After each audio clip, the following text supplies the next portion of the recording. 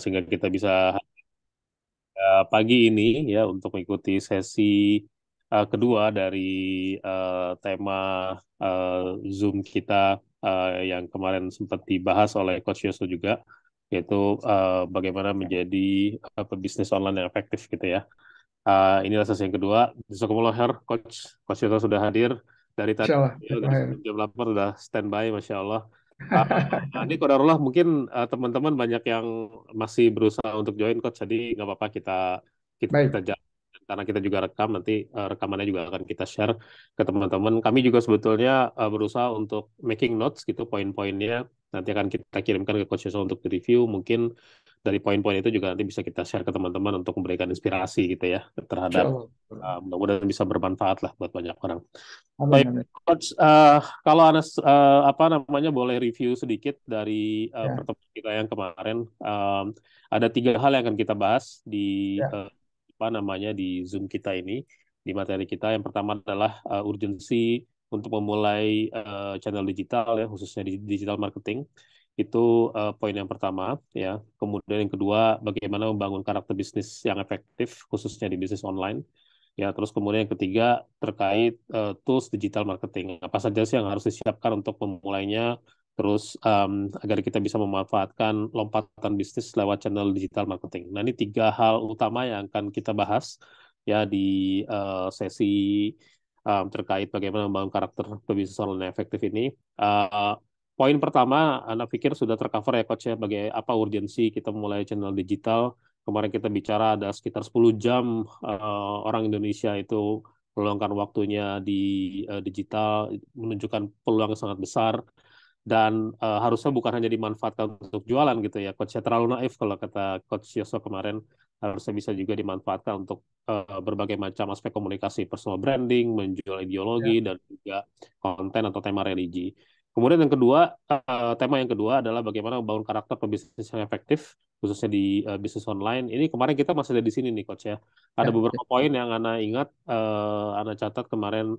Poin-poinnya adalah satu, kita harus berpikir positif, jangan berpikir reaktif gitu ya. Kita harus paham apa yang kita tulis atau kita sampaikan. Kita harus benar-benar memahami target market kita supaya tepat sasaran gitu kan ya. Dan kemudian kita juga harus menentukan konten yang tepat. Kalau nggak salah kemarin ada 4 jenis konten digital yang Coach Yusuf sampaikan, inspirasi, edukasi, tren, dan juga hiburan gitu ya. Itu recap dari pertemuan kita yang lalu ya Coach ya. Koreksi kalau nggak salah gitu ya. Nah, Insya Allah, Insya Allah, Insya Allah. baik. Nah, sekarang kita lanjut untuk pembahasan sesinya. Anda serahkan ke Coach Yusuf. Coach Yusuf, silakan. Kita mulai Mas Bro. Baik, Bismillahirrahmanirrahim. Assalamualaikum warahmatullahi wabarakatuh. Bapak Waalaikumsalam Ibu sekalian warahmatullahi yang semoga Allah mudahkan dan kita mudah-mudahan bermanfaat pertemuan kita pagi hari ini. Dan melanjutkan diskusi kita, sharing kita, eh, menyingkat waktu saya langsung saja sampaikan tentang apa namanya part kedua terkait dengan bisnis karakter. Mungkin nanti di part ketiga kita sudah bicara tentang optimalisasi tools untuk membangun sebuah digital marketing. Itu part ketiga nanti temanya kita akan bicara langsung toolsnya. Nah, ada satu buku yang ingin saya sampaikan terlebih dahulu di pertemuan kita kali ini. Sebentar, saya share dulu. Oke. Yaitu satu buku yang menarik dari Seth Godin, judulnya The Purple Cow. Nah, ini eh, konsep yang menurut saya perlu kita bangun dulu nanti saat kita nanti memanfaatkan tools. Jadi nanti part kedua kita bicara tentang optimalisasi. Kalau kemarin kita bicara tentang bagaimana membangun karakter pribadi kita sendiri, sekarang bagaimana membangun creativity itu sendiri. Bagaimana membangun creativity, kemudian melihat potensi yang ada. Karena begini, dalam satu hari kita kan terpapar oleh lebih dari, tanpa kita sadar, lebih dari 500 konten setiap hari.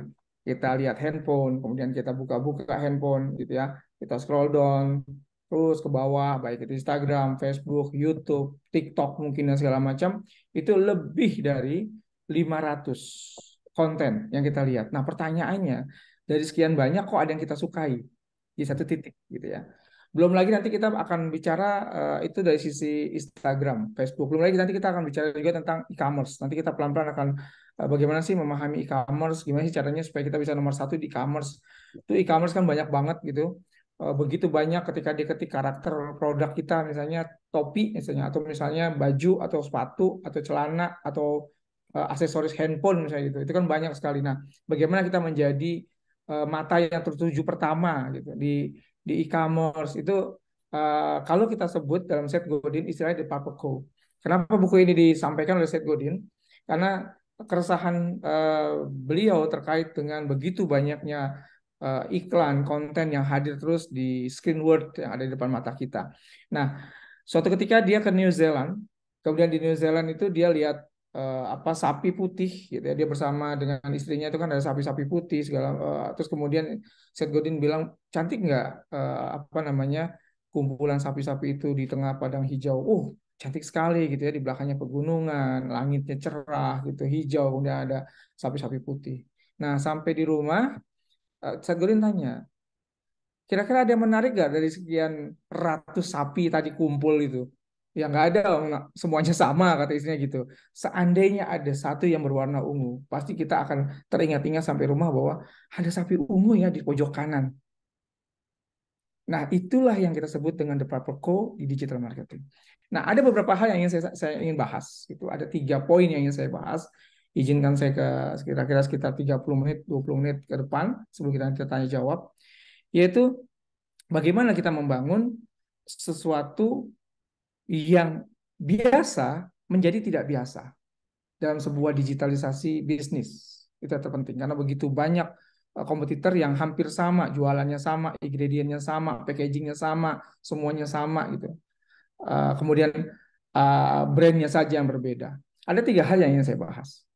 Yang pertama, kita harus memahami dulu yang namanya brand equity.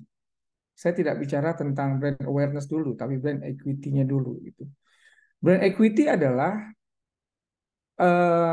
aset yang kita miliki yang bisa membangun brand itu sendiri.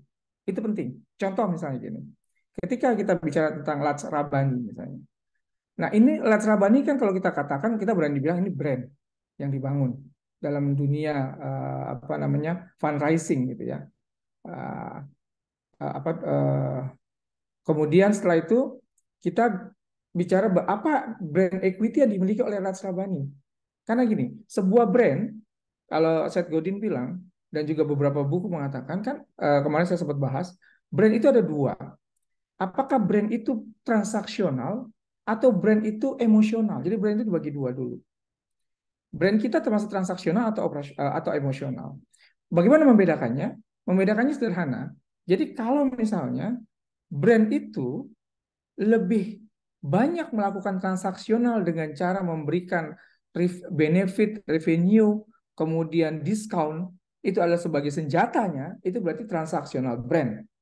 Tapi kalau dia tidak bicara itu, tapi bicaranya adalah tentang apa namanya edukasi, kemudian ada public figure yang menempel di sana, itu namanya brand emosional. Lats Rabani itu bisa dikatakan sebagai brand emosional. Misalnya gitu. Jadi kita harus tahu dulu. Kita harus paham dulu tentang brand kita. Siapa brand kita? Posisi brand kita ada di mana? Ini sebelum kita masuk memanfaatkan Instagram, Facebook, TikTok, YouTube, maupun e-commerce. Itu harus pahami dulu. Jangan sampai kita salah nih. Gitu. Nah, ketika kita bicara adalah brand emosional, maka kita cek brand equity kita, aset-aset yang menempel di kita tuh siapa saja. Contoh misalnya, Pak Farid adalah orang yang networknya cukup luas, kemudian cukup dikenal gitu. Itu sebagai aset. Kemudian kita berkolaborasi Sekolah Digital Business Indonesia, itu dianggap sebagai aset.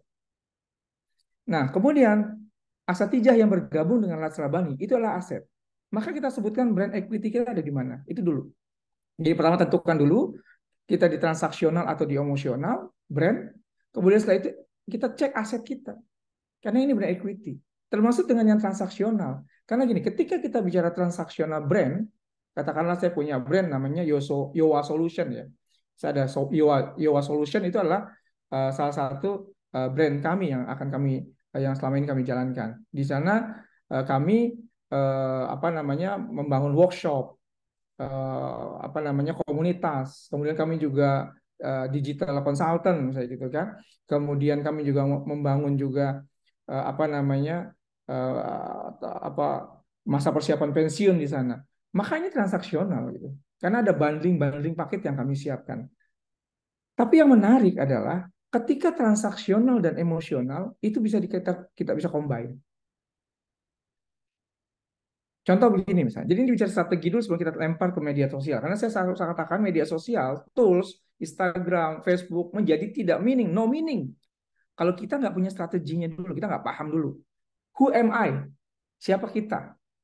Brand kita, produk kita, brand equity kita, aset kita. Kita nggak pernah tahu siapa kita dulu. Kita nggak pernah melakukan listing itu. Kita nggak pernah melakukan collecting itu. Kita tidak pernah melakukan analisa itu. Maka ketika kita lempar di media sosial menjadi no meaning. Karena nggak sesuai dengan delivery yang kita maksud, yang kita mau. Jadi saya mau sampaikan ini dulu.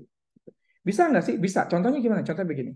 Ketika salah contoh misalnya kita sampaikan Lats Rabani ini adalah brand emosional, ada nggak sih brand transaksional di sini? Ada.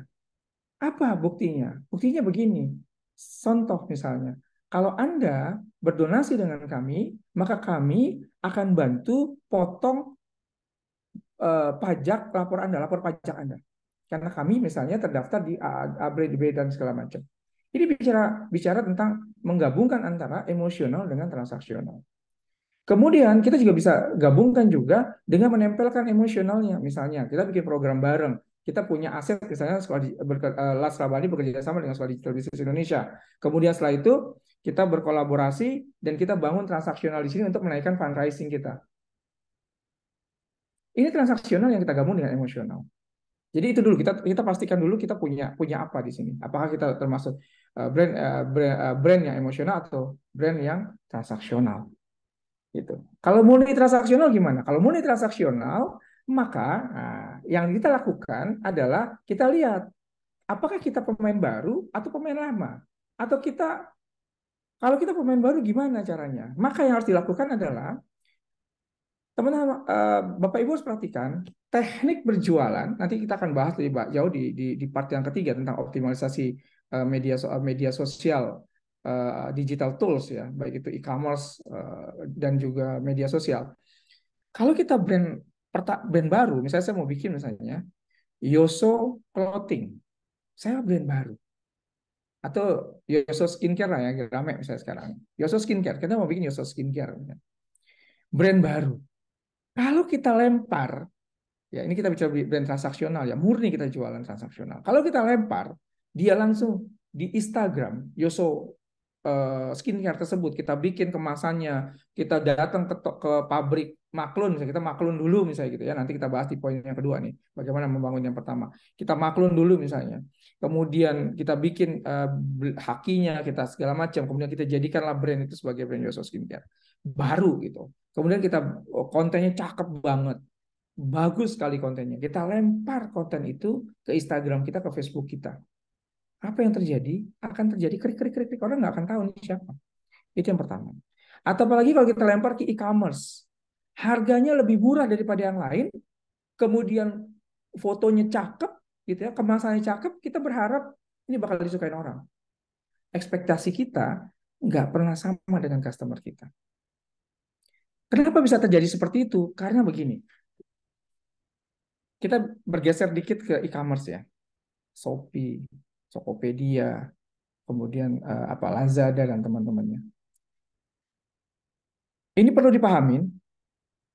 Saya kemarin 3 bulan yang lalu saya ketemu sama satu orang rajanya e-commerce, salah satu rajanya e-commerce yang dia 1 bulan bisa menghasilkan 1 bulan transaksi dia itu bisa 2-3 M di e-commerce, baik itu di Shopee, di Lazada, di Akulaku dan segala macam, dia mainkan semuanya.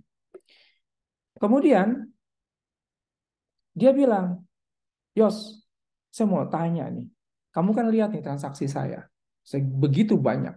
Lakunya sampai 2M. Tapi saya ada satu masalah besar. Apa itu? Saya ditawarin satu brand. Skincare ini skincare. Dia kan kenapa dia ngomong ke saya? Karena dianggap saya memegang beberapa brand skincare. Kemudian dia tanya, ini saya ada skincare. Ini saya jual loh di e-commerce. Sebutlah namanya Hak Skincare gitu ya. Hak Skincare ini dikasih. Kok nggak laku gitu? Beda sama produk saya yang di e-commerce lainnya. Di e-commerce lainnya luar biasa. Kenapa produk ini, skincare ini saya taruh di toko saya loh? Kok nggak laku? Apa analisa kamu? Saya bilang gini, coba lihat, dia ada sekitar 100 varian produk. 100 varian produk kamu yang menghasilkan sampai 2M itu bicara apa?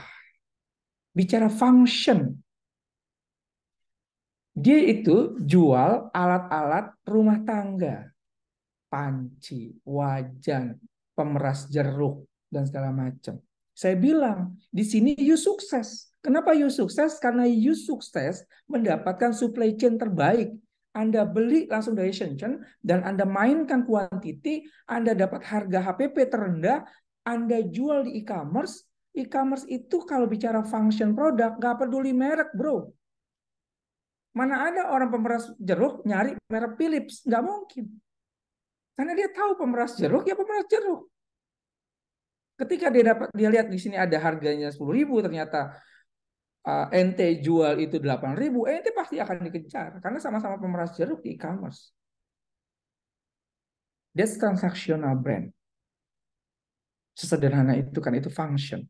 Tapi ketika you bicara brand yang nggak dikenal, langsung taruh berharap laku seperti jualan pemeras jeruk, nggak bisa. Karena brand itu harus ada equity-nya. Apa yang harus dibangun pertama kali? Nah, mau tidak mau Anda harus bangun education brand dulu sebelum masuk ke e-commerce. Bagaimana cara membangun brand equity-nya? Mau tidak mau, yang pertama Anda harus bangun media sosialnya dulu, bangun kesadarannya, namanya brand awareness dulu, agar kita paham, oh ada, kemudian bangun brand image-nya dulu, sampai orang ngeh produk itu ada, baru produk itu bisa kita lempar ke e-commerce sebagai channel untuk new distribution dan juga kemudahan payment gateway. Gitu cara mainnya. Jadi nggak ujuk-ujuk langsung produk baru, cakep lempar di marketplace, harga rendah gitu kan. Kemudian nggak bisa. Hampir semua produk yang main di e-commerce, yang rame itu di e-commerce, kalau dia bicara brand, dia bangun brandnya nggak di e-commerce dulu, tapi dia juga bangun di media sosial, dia bangun brand awareness-nya di situ. E-commerce itu hanya untuk memudahkan orang untuk mencari dia sebagai distribution channel dan juga sebagai kemudahan untuk payment gateway. Itu cara mainnya. Ini contoh itu. Nah, ini yang saya ingin bangun dulu, betapa pentingnya kita membangun brand. Ini sebenarnya salah satu pembahasan yang akan kita bahas di part 3 tentang bagaimana cara berjualan di marketplace, cara berjualan di Instagram gitu ya. Tapi saya coba sampaikan di part kedua ini karena ini penting. Kita paham bahwa Seth Godin bilang untuk jadi the Purple Co, maka harus tahu dulu posisi kita itu di mana. Kemudian setelah itu kita punya aset apa, equity kita apa. Kemudian setelah itu baru kita melihat aset itu kita bisa kembangkan seperti itu. Itu yang pertama. Yang kedua, untuk menjadi the Purple Co, kita harus tahu customer buying behavior. Jadi bagaimana kebiasaan customer dalam melihat atau membeli sebuah produk. Pertanyaan sederhana sekarang. Kalau bagi Bapak Ibu yang ada di ruangan ini, ada di room Zoom ini, kalau saya tanya, apakah Anda pemain e-commerce? Iya, saya pemain e-commerce. Iya, saya pemain Instagram, Facebook. Saya main di ads dan segala macam. Pertanyaannya, sekian banyak orang Indonesia yang potensinya ada sekitar 180 juta. Jadi dari 200 juta hub melakukan statistik bahwa 150 sampai dengan 180 juta orang dari 220 juta orang di Indonesia itulah potensi untuk pasar kita. Jadi benar kalau kita niatkan, kita kuatkan tauhid dagang kita. Karena boleh jualan sama, mereka boleh nyuri ide kita, tapi dia nggak bisa nyuri rezeki kita. Ada 180 juta orang sebetulnya pangsa pasar kita yang sangat luar biasa besar. Pertanyaannya, 180 juta orang Indonesia itu sukanya kalau kita lempar promo, itu promo apa yang paling suka? Promo seperti apa sih model yang disukai orang Indonesia? Nah, ini kita harus tahu. Banyak beda. Di Indonesia behaviornya beda dengan di Asia Pasifik sana. Beda lagi dengan apa namanya di negara-negara lain. Kenapa? Karena ini bicara karakter. Nah, orang Indonesia ya, ada 3 poin tertinggi dalam membangun promo yang sangat disukai. Yang pertama adalah free ongkir. Free ongkir itu luar biasa loh. Bayar di tempat dan free ongkir itu menjadi promo yang sangat luar biasa. Makanya kenapa salah satu dari apa namanya e-commerce itu langsung main di tagline-nya dia. Masih ingat gak Pak? Bu, Shopee COD, Shopee COD, ketika dari dulu kan kita itu karena dia tahu gitu karakternya. Nah, ini yang kita harus pahami dulu. Untuk menjadi department co agar kita langsung dilirik oleh customer dari sekian banyak penawaran, kita harus tahu dulu behavior belinya orang kita tuh seperti apa. So, contoh tadi, yaitu yang pertama dari 3 terbesar itu, The Hub bilang yang pertama adalah ongkir, bebas ongkir, free ongkir. Jadi kalau Bapak Ibu mau bikin sebuah produk atau mau membuat sebuah program untuk agar produknya mudah dilihat, free ongkir. Once itu kita jemput, kita antar, atau mereka kita main di e-commerce, free ongkir. Ya maksudnya, contoh begini, kemarin saya di Jogja, mengisi di Jogja, ada ihwah kita yang punya banyak minimarket di Jogja. Dia punya beberapa cabang di Jogja, Solo, Magelang. Dia punya minimarket gitu. Besar-besar minimarketnya. Pertanyaan dia, Mas kok saya semakin lama semakin menurun ya? Kenapa ya masalahnya? Saya bilang, ada satu hal yang Anda lupa. Anda nggak mainkan antar barang. Free. Loh mas, barang kita itu kecil-kecil mas. Paling untungnya itu cuma 2.000, 5.000 lah paling besar. Atau ada juga sih yang di atas itu. Nah, saya bilang, begini pola mainnya. Kalau misalnya Anda melihatnya hanya satu produk, itu Anda antar, jelaslah itu nggak masuk akal. Tapi paling tidak, kita lihat nih, kita bisa bilang sama customer kita akan antar orderan jam sekian sampai jam sekian, 1 jam mereka order kita akan antar jam free ongkir ke sini. Kita akan antar sekian. Sehingga akhirnya ada terkumpul produk dulu. Atau mau tidak mau kita susi disilang atau pakai minimal order. Tapi paling tidak customer itu lebih suka sekarang dilayani. Karena karakternya customer di digital itu aneh sekarang. Mereka maunya adalah sekarang 24 jam itu direspon. Dan dia maunya minta sekarang, Anda bisa nggak bantu saya sekarang? Itu penting gitu. Dan kalau bisa minta sekarang dapatnya sekarang, harganya juga murah. Sehingga kita harus mainkan di pola ini. Nah, kemarin akhirnya dia bikin polanya itu adalah mau tidak mau dia ada apa burning money dulu untuk membuat program itu. Jadi dibikin bakar promo bahwa mereka akan terima ambil barang, kemudian diantar barangnya, mereka boleh pesan, kemudian mereka antar barangnya dan segala macam. Di minggu pertama yang order antar barang hanya 10 orang. Kemudian naik sekarang sehari itu bisa 30 orang. Dan di situ dia bilang masuk sudah mulai menutupi biaya operasional dia. Nah, ini yang saya maksud tadi artinya untuk melihat the proper call kita harus tahu. Yang kedua adalah diskon. Itu biasa. Nah, diskon yang menarik di Indonesia itu begini. Ada angka yang menarik. Diskon 5% itu 5% sampai dengan 10% itu rendah sekali responnya. Ini yang menarik. Diskon di atas 10%, antara 15 sampai dengan 25%, itu diskon yang bisa dibikin panjang. Tapi kalau dan tidak mengganggu brand. Tapi kalau diskon 70% sampai dengan 80%, itu bagus tapi hanya untuk sessioning saja. Tidak boleh dilakukan sepanjang lama. Kenapa? Karena ketika dia lewat dari 3, 4 hari, 5 hari dengan diskon 70%, atau bahkan selamanya dikasih diskon 70%, apa yang terjadi? Brand equity kita turun. Brand image kita turun. Jadi ini penting, ini yang ingin saya sampaikan. Jadi ketika kita membangun agar kita menjadi produk yang the proper co, maka untuk memainkan diskon juga ada tekniknya. Kalau kita mau bikin diskon besar 70, 80 itu payday namanya. Hanya 1 atau 2 hari. 1 hari paling tidak. Karena kalau lebih dari 1 minggu, maka pertama oke, tapi makin ke sana dia akan turun karena brandnya jadi rendah gitu. Ini ada apa dengan brand ini? Akan bertanyakan.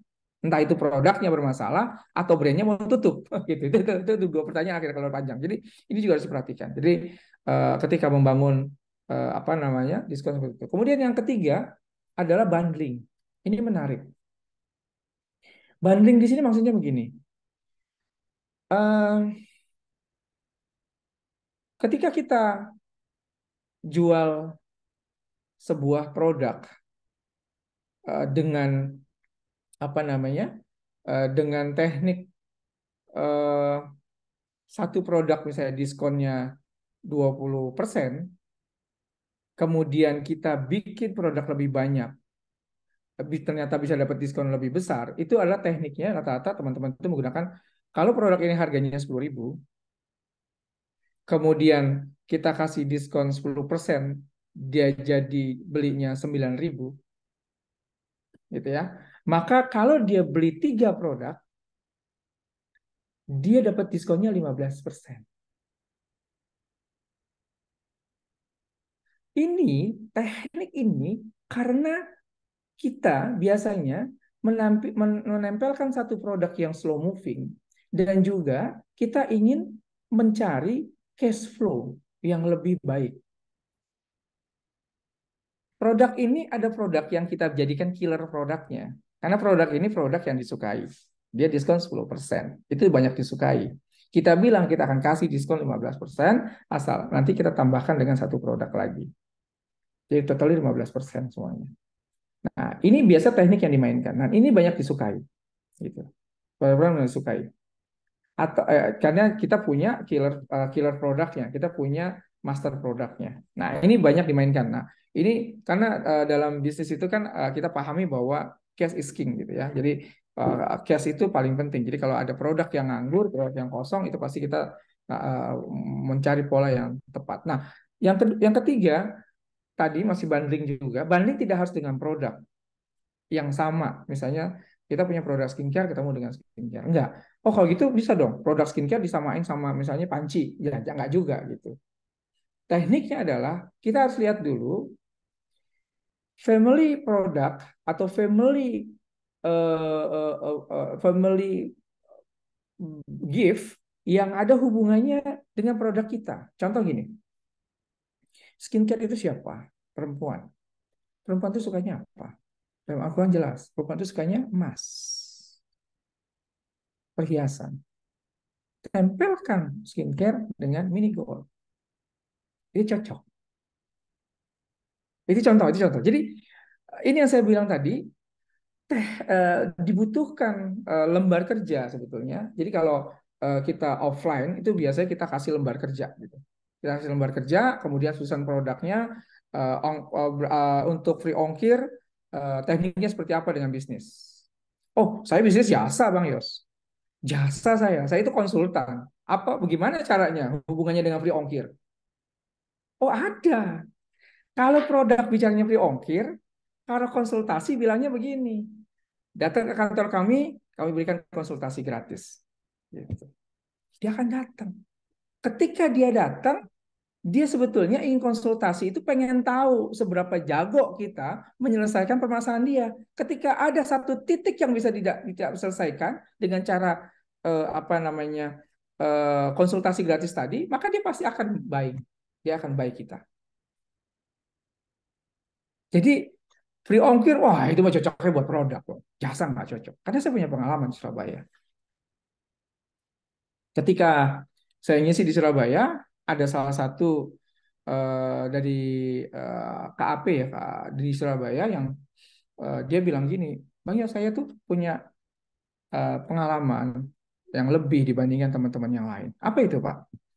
Saya tuh bisa ngitung, saya punya kemampuan untuk dan license untuk ngitung warisan ketika orang itu di luar negeri. Itu sehingga saya dia ngomong begitu deh. Misalnya kayak Pak Farid misalnya punya apa namanya punya warisan dari orang tuanya, salah satu warisannya ada di luar negeri dan Pak Farid kan punya keluarga, kan harus dibagi warisan itu. Gimana caranya apa mengklaim itu, membagi itu dan itu kan karena beda beda apa namanya beda perundang-undangan misalnya. Hukum warisnya kan beda misalnya gitu ya. Antara Indonesia dengan Singapura dan segala macam. Gimana cara menyelesaikan dokumen apa saja yang dibutuhkan segala macam. Itu dia punya gitu. Tapi Mas Yos, menariknya, saya punya junior saya di Jakarta.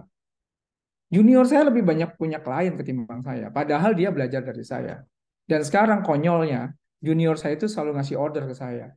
Jadi saya ngerjain orderan junior saya. Kok bisa begitu Bang Yos ceritanya gitu. Saya bilang, saya lihat, saya analisis, Pak jelas Pak. Ini yang perbedaannya. Junior Anda itu selalu bikin artikel-artikel tentang bagaimana menyelesaikan hukum waris di Singapura, di Malaysia. Karena dia tahu orang Indonesia banyak naruh duit di Singapura. Gitu, misalnya gitu. Kemudian dokumen apa yang harus dibutuhkan di KBRI segala macam. Sedangkan Bapak saya lihat lebih banyak menceritakan tentang sertifikat-sertifikat Bapak gitu. Atau license-license-nya gitu. Yang buat orang nggak mining gitu. Orang butuh itu nggak cuma license, orang tuh butuh pengalaman gitu. Nah ini Bapak nggak sampaikan itu. Yang kedua, bikin Pak konsultasi gratis. Jadi bikin misalnya 5 dokumen yang dibutuhkan ketika Anda ingin eh, mengklaim waris di Singapura. Ini dokumennya yang harus Anda siapkan ini bla bla bla bla. Kalau Anda mengalami kesulitan gitu kan, silahkan hubungi kami gitu di sini. Nah, gitu. Hubungi kami di sini. Nah, ini yang saya bilang tadi.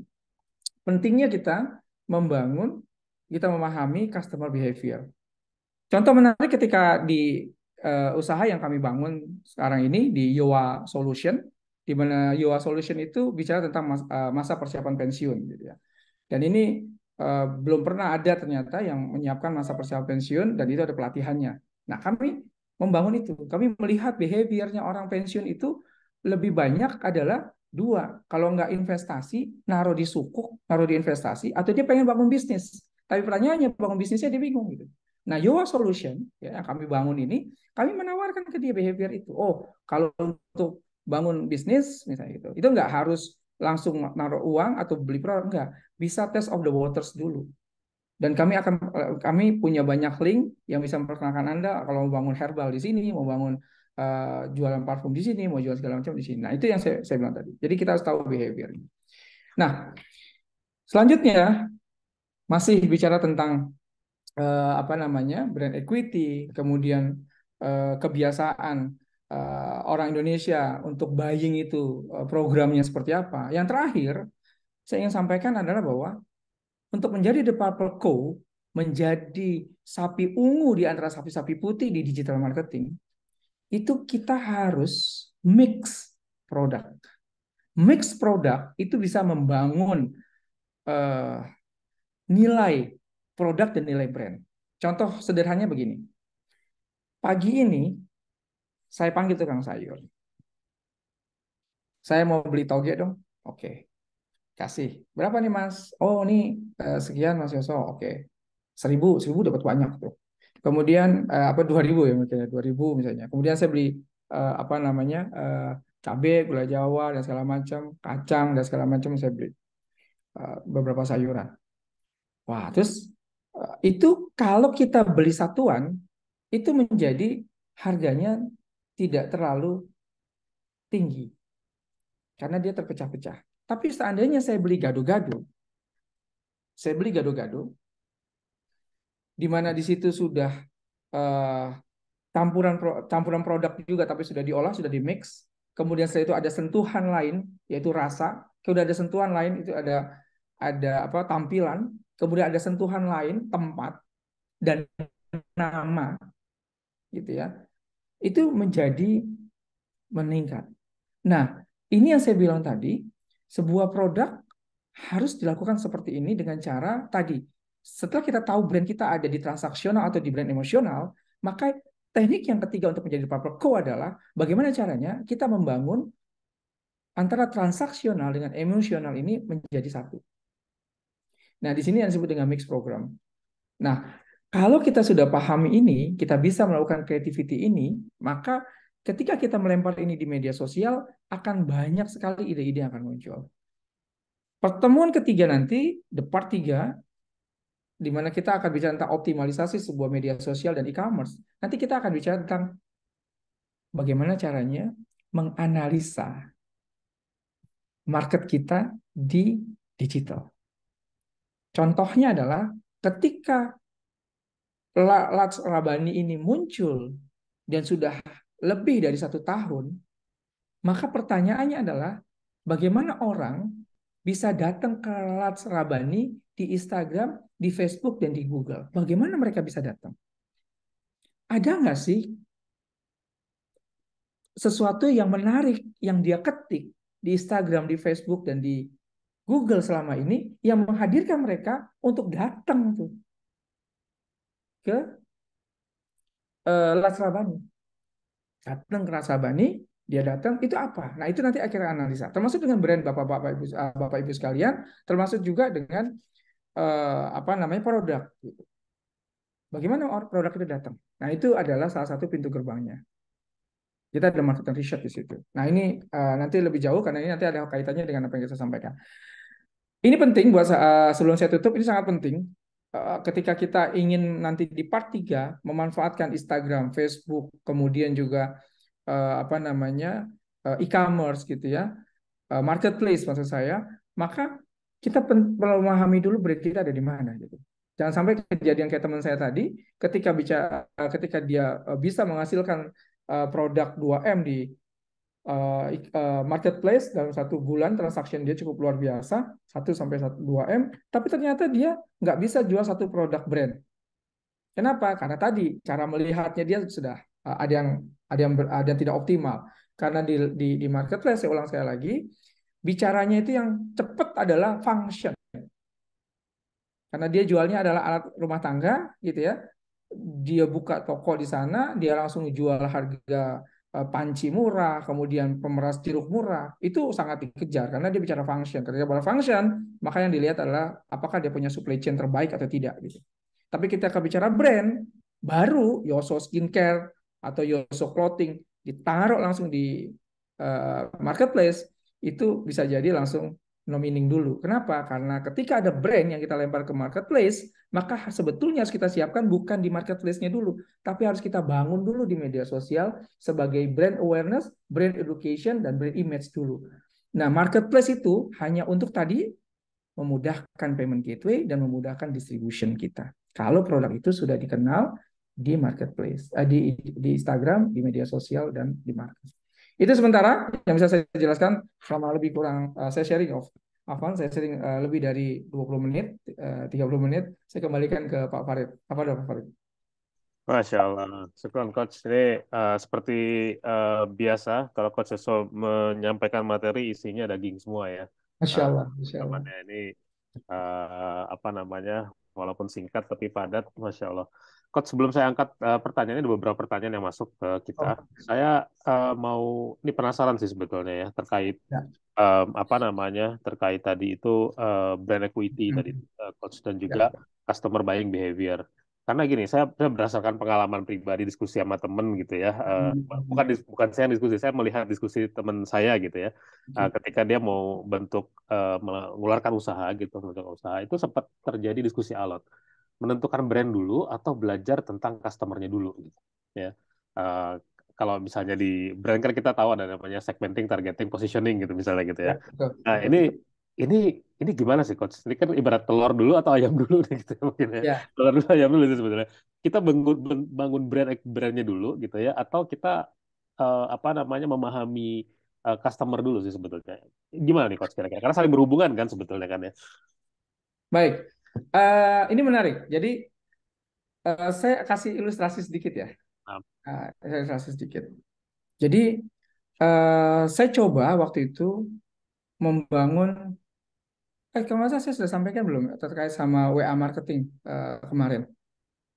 Belum ya? Belum, nggak dapat. Oh, belum, baik. Jadi 2 tahun yang lalu saya coba lakukan sebuah tes gitu ya. Jadi ada satu teknik di WA marketing itu di mana kita nggak kenal mereka, mereka juga nggak kenal kita.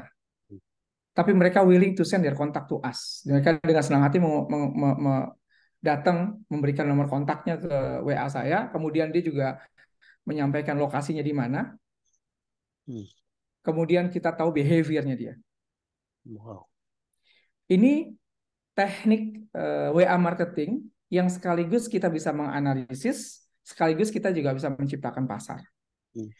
Jadi yang saya bangun, ini nanti akan kita bahas di pertemuan ketiga, tapi saya bocorkan sedikit karena ada pertanyaan yang menarik. Contoh menarik begini, saya bikin buku e-book, sampai sekarang e-booknya masih ada. Hmm. 100 resep sarapan pagi tanpa gagal dan disukai keluarga.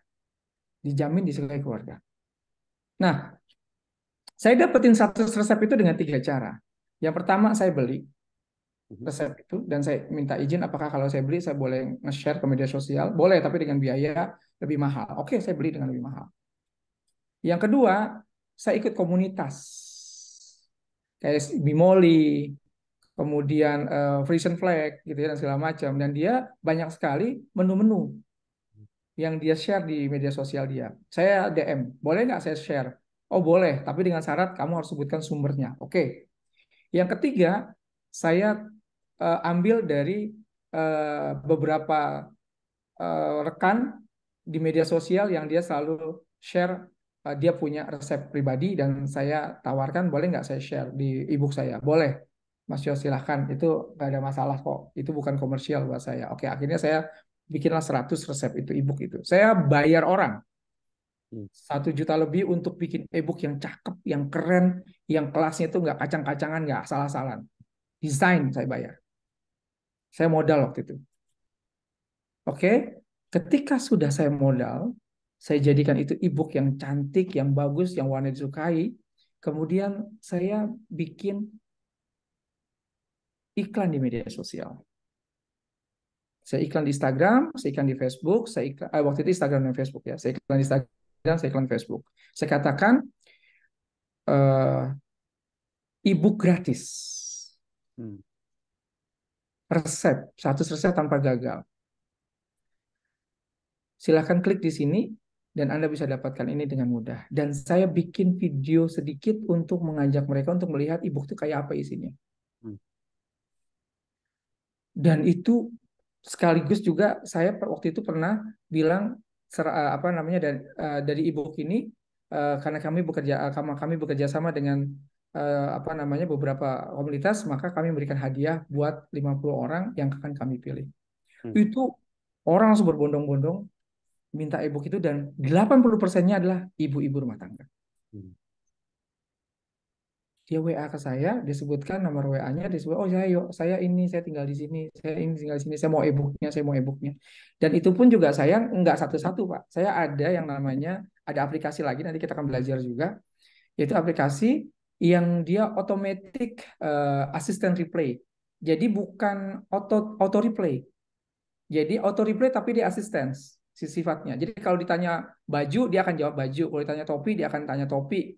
Bukan kalau ditanya baju, maaf kami lagi di luar, nanti akan kami hubungi lagi. Tanya baju, enggak gitu. Tapi ini ada aplikasi tambahan di embed, kita embed di WhatsApp gitu ya. Dan WhatsApp dan di situ kita bisa setting kalau dia akan nanya baju, si WA bisa tahu nih pertanyaannya tentang baju, maka akan dijawabnya tentang produk baju. Oh, ini tanya tentang topi nih. Si aplikasi akan baca di WA, ini dia lagi baca topi. Jadi Bapak Ibu sekalian, kita punya WA. Itu sebetulnya kita saat ini hanya memanfaatkan 20% dari fasilitas yang dimiliki oleh WA. Hmm. 80%-nya WA itu the best karena dia ada API, WA API. Kemudian dia ada WA Blaster. Mereka juga ada WA Auto Respond, asisten. Tapi dengan catatan memang di embed dengan beberapa aplikasi tambahan.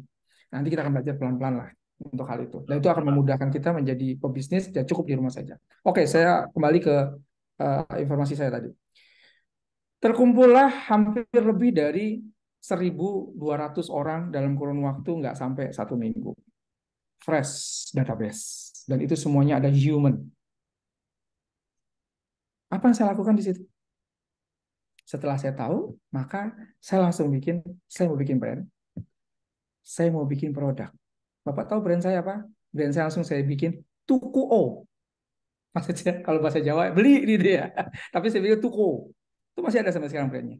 Tuku O. Saya bikin brand itu, saya jualan apa Pak Farid? Panci, Pak. Karena saya tahu ibu-ibu semua kan yang masuk Ya. ke saya. Jadi saya mau cerita, saya kondisi ini, saya punya strategi, saya kumpulkan dulu kolamnya. Hmm. Saya ciptakan kolam itu. Hmm. Ketika kolam itu sudah terkumpul, kita akan lihat, nih ikan apa nih? Ikan mas. Ya. Oh, oke, kita lempar makan ikan mas dimakan sama dia. Oh, yang terkumpul ini ikannya ikan koi. Ya kasih makannya ikan koi, disikat sama dia. Hmm. Ya, ya, ya. Jadi ini strategi, beberapa konsep, teknik yang bisa dimainkan dalam sebuah digital. Makanya inilah the best-nya menurut saya. Ini golden age-nya. Golden eranya digital itu adalah kita bisa nyiptain kolam pasar kita sendiri sebenarnya Ya. dengan digitalisasi yang ada. Sehingga saya selalu bilang di awal, ketika kita bicara digitalisasi hanya bicara marketplace, bicara media sosial, itu hanya tools. Hmm. Ada lagi yang harus kita pelajari tekniknya, bagaimana memanfaatkannya. Ada aplikasi embed tambahan yang harus kita siapkan sehingga menjadi superpower. Nah, siap. Nah, itu yang saya maksud tadi. Jadi tinggal kalau misalnya kita bilang, oh saya pengennya brand dulu nih. Oh silahkan. Contoh gini, kita usahanya senjata tajam, samurai, parang segala macam. Apa yang kita lakukan? Nah sekarang pertanyaannya, samurai itu yang disukai sama siapa? Hmm. Samurai itu kan apa? Dojo-dojo ya atau apa ya? Yang ya Ya. apa? Dojo, dojo, betul. Ya benar ya dojo-dojo kan. Nah, apa sih yang disukai? Oh, dia sukai adalah jurus Hmm. mematikan. Bisa nggak kita bikin e-book terkait sama buku-buku jurus mematikan? Atau kita bikinlah beberapa video terkait dengan jurus mematikan. Sehingga kita harus tahu dulu nih, ini kita harus bikin sesuatu agar produk itu bisa didatangi. Hmm. Kita bangun dulu di sini. Gitu. Ya. Ya. Itu maksud saya. Jadi ini yang terpenting. Sama kayak kemarin, saya bilang sama kan saya di klaster saya banyak kucing tuh Pak. Ya. Terus security saya bilang, oh ini kucing liar Pak, kita nangkapnya susah. Jangan ditangkap saya bilang gitu. Kalau Anda tangkap akan susah. Bikin sesuatu yang kucing itu suka, dia datang. Maka saya anggap kucing itu customer.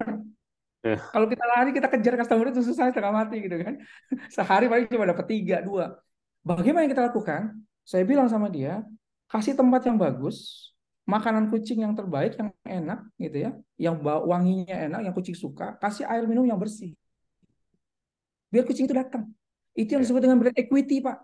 Ya. Ya. Ya. Kalau dalam bisnis, bangun brand equity-nya supaya customer itu datang. Kalau datang kan enak nangkepnya, Pak. Benar, benar, benar, benar. Gitu. Nah, ini yang paling penting. Jadi bahwa itu yang harus kita siapkan gitu. Eh, Ya. apa tempat ini yang apa namanya konsep itu yang harus kita siapkan. Gitu. Kira-kira begitu, Pak. Baik, Masya Allah, Jazakallah khair. Coach, itu tadi sekali tembak dua pertanyaan. Yang pertanyaan saya terjawab nih, pertanyaan terkait senjata tajam tadi ada juga yang bertanya soal samurai parang pisau dapur sudah tercover seharusnya ya. Memang harus dicari dulu gitu, jadi nggak langsung jualan. Ada yang bertanya juga terkait materi rekaman. Insya Allah akan kita share teman-teman. Nanti admin kita akan ngasih apa namanya link untuk masuk ke apa namanya ke grupnya Akademi Rabani. Di sana akan kita share link rekaman dan juga ini nanti admin tolong dibantu di share. Yang ingin bertanya teman-teman silakan bisa langsung resen, langsung kita bertanya konsultasi Iwan Ahwat boleh langsung bertanya ke Coach Yoso jika ada pertanyaan. Tafadol ya. Sambil menunggu apa namanya menunggu pertanyaan dari teman-teman nih Coach. Saya penasaran dengan tadi itu yang brand equity karena eh, Ya. poinnya sangat penting gitu ya. Strateginya tadi dibilang kalau Coach Yusuf sampaikan tadi eh, apa sosmed apa namanya Instagram, Facebook, WA itu nggak akan no meaning gitu kalau kita nggak punya strateginya, kita nggak punya kita nggak paham brand apa sih, apa equity brand kita yang akan kita jual gitu kan ya. Betul. Nah, membangun brand ini kan juga ibaratnya apa ya? Saya selalu merasa brand itu ibarat ibarat ibarat apa ya? Ibarat individu gitu ya, ibarat orang gitu kan. Ada jiwanya nih gitu ya, ada soulnya gitu. Nah, gimana sih coach kira-kira membuat brand itu bisa bisa bener-bener live gitu ya, ada jiwanya sehingga orang tuh bisa relevansinya bener-bener dapet, bener-bener kena, bener-bener apa resonating gitu mungkin ya buat target market yang mungkin sudah kita set tadi itu. Gimana ya coach? Ya, seperti yang saya bilang tadi, eh, brand itu dibagi dua. Ada transaksional, ada emosional. Ah, ya, ya, ya. Nah, ini yang saya bilang tadi. Pertanyaan menarik, sekarang ini orang tidak lagi memecah. Oh, saya brand transaksional, saya brand emosional. Tidak lagi memecah. Tapi orang mau melakukan mix. Gimana caranya agar brand ini ada ruhnya, brand ini hidup. Dia tidak hanya bicara transaksional, tapi bicara juga emosional. Makanya itu berkaitan dengan apa namanya materi sebelumnya, di mana saya bilang konten itu ada eh, inspirasi, ada edukasi, ada tren, ada eh, apa namanya entertain hiburan. Nah, brand bicara emosional, maka harus bicara bicara hal itu juga, gitu. Contoh menarik begini, ketika eh, saya membangun apa namanya Yoa Solution gitu ya. Ya, Yoa Solution dengan Sekolah Digital Business Indonesia-nya, kemudian dengan masa persiapan pensiunnya gitu. Nah, bagaimana agar Sekolah Digital Business Indonesia ini tidak bicara tentang transaksional workshop aja gitu. Oh, kalau belajar ya bayar. Enggak. Hmm. Saya ngebangun Sekolah Digital Business Indonesia malah bicaranya adalah ini bukan sekolah berbayar, tapi sekolah untuk Anda menjadi solusi. Once Anda punya punya budget atau tidak punya budget, Anda tetap bisa belajar dengan kami. Ya. Nah, ini yang saya bilang tadi, secara tidak langsung, saya tidak hanya bicara tentang transaksionalnya, saya tentang bicara emosionalnya. Nah, kemudian banyak beberapa yang kami bangun juga, kami bangun dengan komunitas.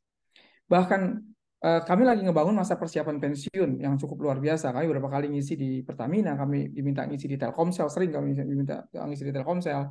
Kemudian kami juga ngisi di Kementerian Tenaga Kerja kemarin. Dan di Tebina itu salah satu anak perusahaan Toyota juga kita ngisi juga di masa persiapan pensiun di sana. Yang kami bangun pertama kali adalah kami tidak langsung Bapak masa persiapan pensiun, ayo training sama kami, bayar sekian-sekian kami bantu. Enggak. Tapi yang pertama kali kami lakukan adalah kami membangun sebuah open house tentang bagaimana pensiun itu harus mempersiapkan masa persiapan pensiunnya. Karena pertanyaan menarik adalah waktu saya ngisi di Kemenaker, saya ngisi Hmm. di masa pensiun, si siapa namanya kepala dinasnya itu bilang gini sama saya, sama audiens. Nih, yang ngisi ini, Mas Yos ini, iya. Nih, kita ngisi masa persiapan pensiun loh ya. Ini harus orang yang ngerti loh tentang dunia pensiun. Dia bilang gitu. Ini orang yang ngerti pensiun nih harus tahu perasaan pensiun gimana. Dia bilang gitu. Saya diam aja. Kemudian setelah saya diberi kesempatan bicara, saya bilang, Ibu mohon izin, perkenalkan saya Yoso. Saya 10 tahun di Telkomsel dan saya pensiun dini 4 tahun yang lalu. Jadi sebelum Ibu merasakan pensiun, saya sudah merasakan pensiun dulu. Jadi saya sudah 5 tahun pensiun Ibu. Saya ngebangun bisnis ini di masa saya pensiun. Duluan gue dong gitu ya. Saya bilang, oh kaget ya. Nah setelah itu saya bilang sama sama teman-teman bahwa ketika masa apa namanya inilah saya bilang tadi ketika kita membangun brand maka kita kita harus tahu dulu soul-nya brand itu. Kalau kita Hmm. mau bangun sebuah jadi ya ada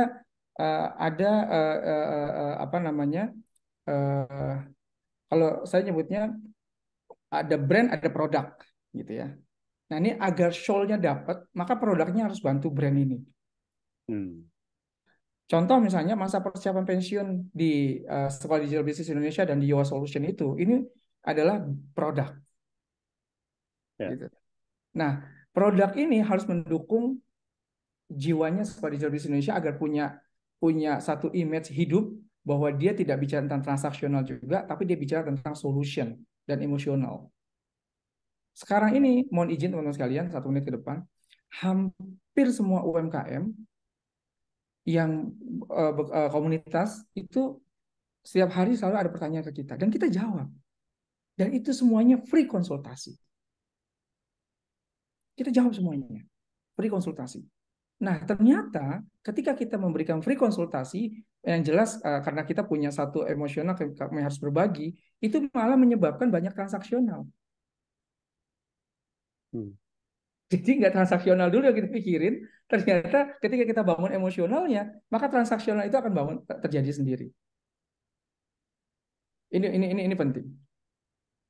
Ketika saya pensiun dini, saya langsung ambil budget 200 juta Pak Farid dan teman-teman sekalian untuk saya keliling Indonesia dengan membawa buku. Setiap kali saya datang, saya ketemu komunitas, saya bikin training, saya sewa hotel. Contoh di Bengkulu, saya sewa hotel, kemudian saya kumpul di sana, saya undang komunitas, kita training tentang pentingnya digitalisasi, kemudian saya bagikan buku. Mereka berpikirnya tadinya saya jualan MLM, tapi itu nggak terbukti. Sampai saya di Cirebon, ketika di Cirebon itu saya selesaikan itu saja. Sederhana sih sebetulnya, karena saya dapat ilmu ini gratis dari Telkomsel ketika saya di sekolah di Google, dan saya harus memberikannya gratis juga gitu. Karena sebagai petanggung jawab saya di akhirat nanti. Nah, ketika itu saya emosional itu saya bangun dengan ketulusan, karena kami punya apa namanya tanggung jawab itu, maka ketika di Cirebon itu masya Allah ada salah satu institusi pemerintah itu yang melihat perjalanan kami ternyata, dan kami diundang oleh negara untuk menjelaskan apa sih yang kamu kerjain selama ini. Kami jelaskan, kemudian akhirnya dia tertarik, kami jadi salah satu selama 1 tahun dikontrak untuk menjadi salah satu narasumber dan juga sebagai pengisi di Bank Indonesia Institute. Masya Allah. Nah, itu yang saya bilang tadi. Jadi, apa kaitannya dengan pertanyaan tadi? Maka untuk membangun ruhnya, itu maka jangan lupakan emosional harus dibangun. Nah, ketika membangun emosional, harus tahu dulu tadi, brand equity kita ada di mana. Aset kita yang kita miliki siapa.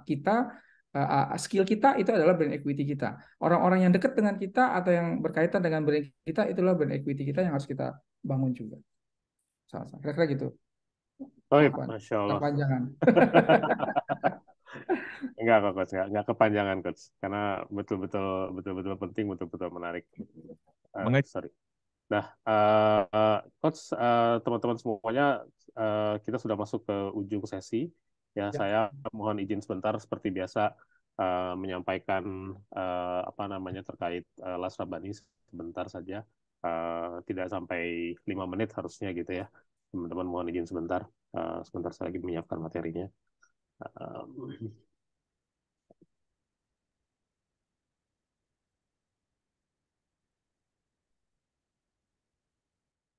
Ya, nah ini teman-teman semuanya, kita sedang ada di Akademi Rabani. Ya, Akademi Rabani ini sebetulnya apa sih? Ini memang program yang sengaja kami hadir kita semua para sahabat Rabani ya untuk mendapatkan tambahan ilmu dalam menjalankan aspek bisnis, finansial, parenting, kesehatan gitu. Jadi memang banyak hal yang akan kita cover di sini. Intinya adalah berbagi knowledge, berbagi ilmu gitu, dan ini juga platform ini sangat terbuka ya, terbuka bagi teman-teman semua, bagi mitra Les Rabani yang memiliki keahlian dalam aspek ini seperti Coach Yosho, itu juga untuk bisa membagikan ilmunya kepada kita semua gitu ya. Jadi antum semua bisa menghubungi admin kami di 0811 889 9162 untuk bergabung, berbagi, dan juga mungkin sharing knowledge gitu ya. Nah, ini sejauh ini sudah ada 4 session yang kita jalankan. Dengan Coach Yosoi sudah 2 kali, kemudian juga kita sharing dengan owner bisnis. Kemarin ada Pak Bejo Urip dari Alfa Jaya, kemudian juga ada diskusi dengan teman-teman LBS Rondana, dengan Pak Reza. Ini juga akan berkelanjutan nanti jika Anda ingin men-scale up bisnis gitu ya.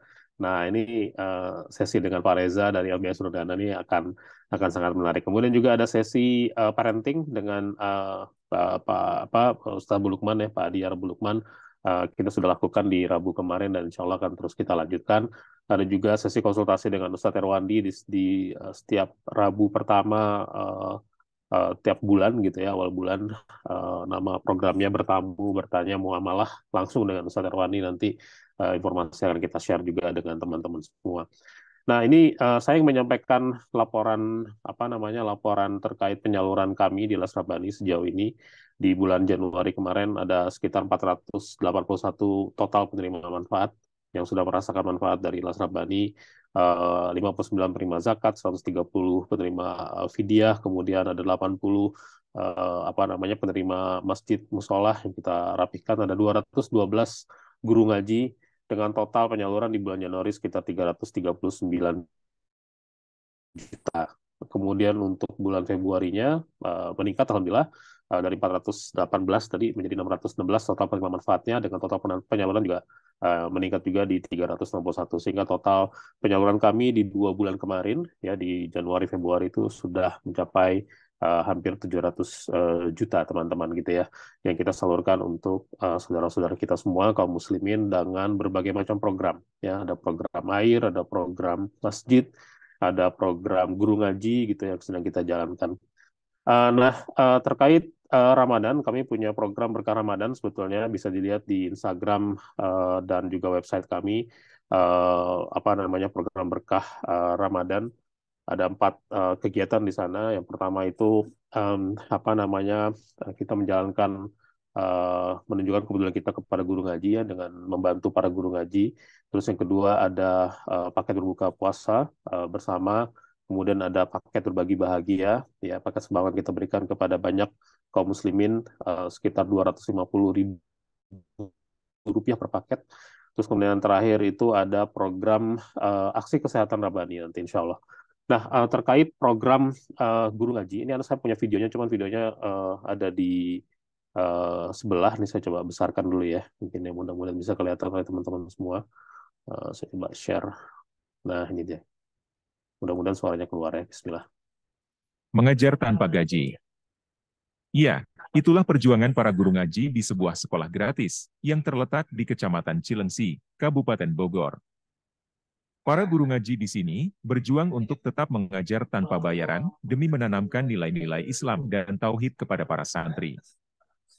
Di sekolah ini, para guru ngaji tidak hanya berperan sebatas menyampaikan ilmu, tetapi juga memikirkan kelangsungan belajar mengajar, kebutuhan makan, dan memastikan keamanan tempat tinggal para santri. Di sisi lain, para guru ngaji juga harus berjuang untuk memenuhi kebutuhan hidup mereka dan keluarganya. Oleh karena itu, Las Rabani mengajak seluruh kaum muslimin untuk bersama-sama memuliakan guru ngaji di sekolah gratis ini dan Sepertinya mengajar tanpa gaji. Ya, itulah perjuangan para guru ngaji di sebuah sekolah gratis yang terletak di Kecamatan Cilengsi, Kabupaten Bogor. Para guru ngaji di sini berjuang untuk tetap mengajar tanpa bayaran demi menanamkan nilai. Oke. Terpotong sepertinya. Apa mungkin Anda ulang salah ruangan mungkin ya share-nya yang ini. Afwan, sebentar. Nah, ini dia. Nah, ini dia. Kita coba dengar ulang sekali lagi. Mengajar tanpa gaji. Ya, itulah perjuangan para guru ngaji di sebuah sekolah gratis yang terletak di Kecamatan Cilengsi, Kabupaten Bogor. Para guru ngaji di sini berjuang untuk tetap mengajar tanpa bayaran demi menanamkan nilai-nilai Islam dan tauhid kepada para santri.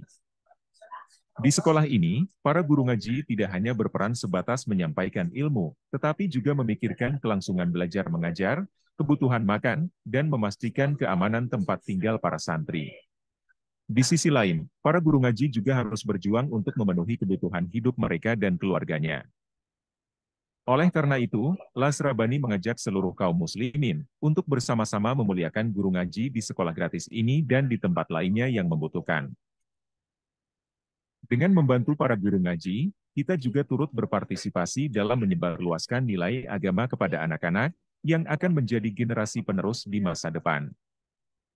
Mari, ambil kesempatan dapatkan pahala jariah dengan memuliakan guru ngaji.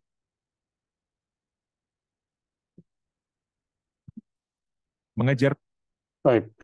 Eh, itu saja yang bisa kami sampaikan. Coach Joso, syukron jazakumullah khair atas waktunya. Insyaallah. Eh, Afwan. Mungkin videonya tadi tidak muncul, tapi mungkin suaranya terbantu. Teknis tadi, Anda cari-cari videonya di mana, ternyata belum belum ketemu tadi ininya. Afwan. Ada sebelum kita tutup, mungkin ada istitam dari Coach Yoso. Terakhir mungkin mengingatkan ke teman-teman mungkin untuk sesi berikutnya atau sedikit kesimpulan dari materi yang kita diskusikan hari ini, Coach. Ya, saya ingin sampaikan bahwa ketika kita ingin membangun brand atau kita membangun sebuah bisnis, maka yang terpenting adalah kita harus tahu dulu who am I, dan kita harus melihat ada posisi kita apa yang bisa dimonetizing. Salah satunya apakah brand kita termasuk brand transaksional atau emosional.